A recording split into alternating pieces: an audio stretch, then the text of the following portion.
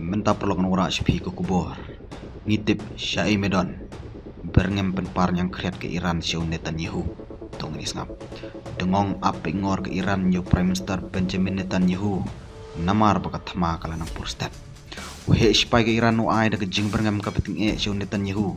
Katkum ke report na ka Tehran Times. Kamba no he shpai Yaya Ramin Safawi. Uong ka Iran kaladan hakti ya ka caka ka batikena. Bau Netanyahu udan malakasngi. Safawi shushu uong ba. Ka Iran katip ru Syai Netanyahu uju pelong ya ki top secret meeting ha Israel. Ong ka report. Kamru bagi Iran ka don ya ka complete intelligence database halor ka Israel bat ya Netanyahu kumju. Safawi shushu ukamba. Ka Iran ka don ya ka jingkmi ka bapura ya ki target ka Amerika bat jong ka Israel ha Middle East.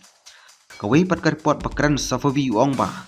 Ka Iran kalapan klan ya ki drone bat misail kerpang na ka benta ka tama. Hato ka Iran ka kwa kapot tong ini ngap. Kita ki kentin he spy ka Iran ki wantang hising hadin ka jingsiat ballistic missile pitar ka Iran nya ka Israel. Haka arterik March lapan tip bom ka Iran nya ka office Prime Minister ka Israel daki Khaybar Shekan missile. Kam ka IRGC Iran Revolutionary Guard Corps baka office Netanyahu.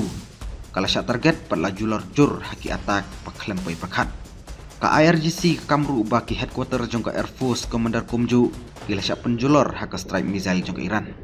Ka Israel haduk kani ka klimat ka klempat pensisya ni kantai baka IRGC ka ther missile ha PMO Prime Minister Office jong ka.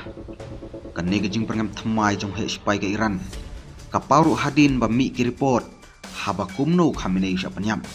Ka joint operation jong ka Amerika bar ka Israel kila penangkam da ka CIA intelligence data ban trak thik pathik ya kaya yang khamane ong ka report lakano baki traffic camera hanong ba teran lahak da ka Israel bat trak sop la da ki bunsnem lapan sisya bat tharbom ka Amerika bar ka Israel ya ka compound u khamane haka 4 Februari haka por badan ke jingelang haka jakasa jong haga juga por ka Iran kalapan sistem yang persya ya ka Israel da ki strike missile baklem sange.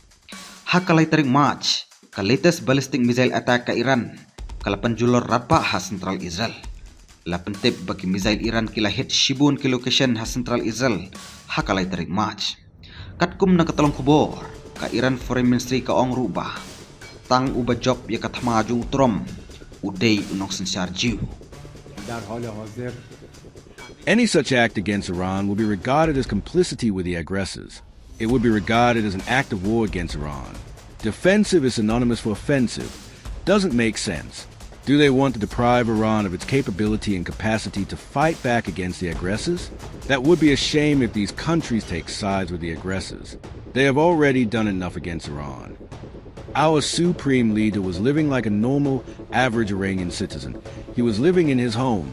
You have to ask this question from the aggressors who dared to attack Iran and attack his compound. At present, all our capacity and strength, all our focus and attention are directed and concentrated on defending Iran's territorial integrity. The contradictory and hostile messages they are sending now were sent before as well. Over the past year and a half, we have heard many such deceptive messages. Now is a time of war, a time to defend the homeland, and anything that seeks to divert our attention to something else, in my view, must be set aside and avoided. Deception is part of the behavioral pattern of the opposing sides. The reasons for the outbreak of this war are precisely this gross miscalculation, the lies that were injected into the U.S. decision-making apparatus. Regarding Iran's capabilities, regarding the situation of Iranian society, they regard them with greed.